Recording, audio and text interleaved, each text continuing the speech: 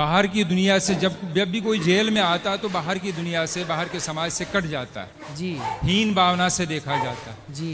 मगर अधीक्षक महोदय ने आपको यहाँ लाके हम लोगों को आज एहसास कराया कि हम लोग भी इसी समाज का एक हिस्सा है। बिल्कुल। इसके लिए बहुत बहुत धन्यवाद।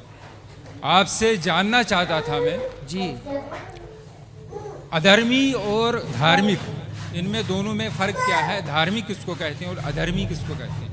धार्मिक और अधार्मिक, धर्मी और अधर्मी जी किसे कहते हैं? जो दूध पीता हो वो तो धार्मिक है, जो शराब पीता हो वो अधार्मिक है, जी जो गाय को माता मानता है जी वो धार्मिक है, जी जो गाय की हत्या करता है वो अधार्मिक है। जो जीव मात्र में दया रखता हो, सबके प्रति दया, जो चींटी से लेकर हाथी तक पर दया करता हो, सब पर दया का भाव जिसका है वो धार्मिक है। और जो क्रूर है, जो सबको मारना चाहता है, काटना चाहता है, वो अधार्मिक है। अब जानना ये चाहता हूँ जी, कि बताया जाता है, आप ही कहते हैं कि किसी की हत्या या किसी के बुरा नहीं सोचना चाहिए। जी, इसका मतलब है कि अक्सर हमने देखा है भजनों में या आखिर में पूजा में होता है कि अधर्म का नाश हो। हाँ, तो अधर्म में कौन लोग आते हैं? अधर्म में वो सब लोग आते हैं जो गलत काम करते हैं, मतलब पूरी दुनिया में। जी। तो उनका नाश करना, ये कहना ये उचित है? क्या नाम है आपका?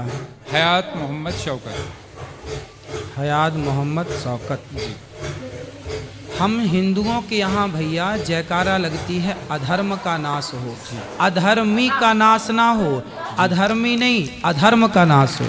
जो व्यक्ति के अंदर अधर्म है, जैसे आप शराब पी रहे हैं जी जी, तो आपका नाश ना हो, आपके अंदर जो शराब पीने की गलत आदत है उस अधर्म का नाश हो, व्यक्ति का नाश नहीं। समझो आप जी व्यक्ति का नाश नहीं बोला गया, जी जी, व्यक्ति का नाश हो ऐसा नहीं, अधर्म का। अधर्म मतलब अधर्म करने वाले, जैसे अधर्म गलत सोच, गलत विचार। जैसे दूध पीना धर्म है, शराब पीना अधर्म है, तो शराब मत पी भैया, पी रहा है तो छोड़ दे और दूध पर आ जा।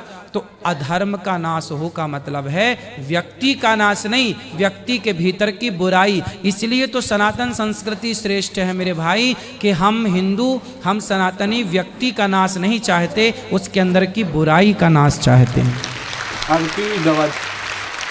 थोड़ा सा और समझ चाहूँगा मैं जी। अगर आपकी नज़र में इसका अर्थ मैं इतना समझा हूँ, बड़े ही मतलब रेस्पेक्टली आपसे कह रहा हूँ मैं, जी कि सनातन धर्म बहुत अच्छा है।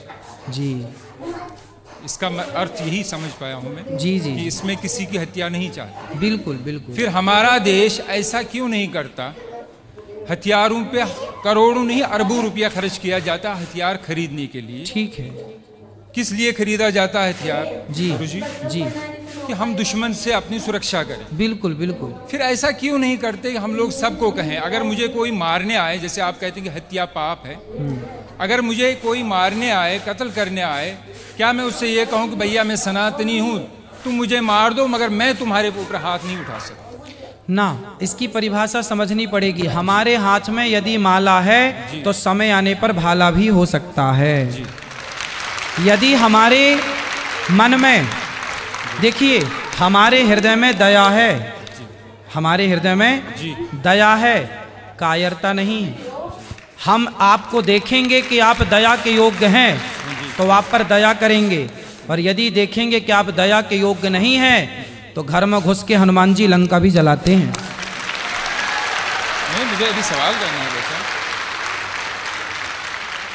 हम यहाँ जेल में जी, सब लोग जितना प्यार से सद्भावना से जेल में रहा जाता, मुझे लगता आजकल बाहर की दुनिया में नहीं रहा जाता। बिल्कुल सही कह रहे हैं आप। मगर यहाँ 2-3 दिन से मैं देख रहा हूँ, जैसे आप भी थोड़ा सा ये कह रहे हैं, कुर्बानी की बात उठी जी जी, कि कुर्बान हत्या, बार बार यही बात आ रही है। जैसे मैंने आपसे कहा है कि अगर कोई भी, अगर हम अपने देशवासी सब लोग या के यहाँ के हमारे जो बड़े हैं, नेता हैं, प्रधानमंत्री हैं, वो अगर सब दूसरे देशों से फिर कहे कि भाई हमें हथियार नहीं खरीदने, हम सनातनी, हम किसी को नहीं मारेंगे, तुम भी हमसे दुश्मनी ना रखो। मारेंगे की बात नहीं है जी। हमारे भगवान श्री कृष्ण ने अर्जुन हथियार डाल दिए थे, जी मैं महाभारत नहीं लड़ूंगा। जी। आपने महाभारत के बारे में कुछ सुना है? अर्जुन के बारे में कुछ सुना है? हल्का हल्का। अर्जुन नाम के एक हमारे यहाँ भक्त हुए हैं,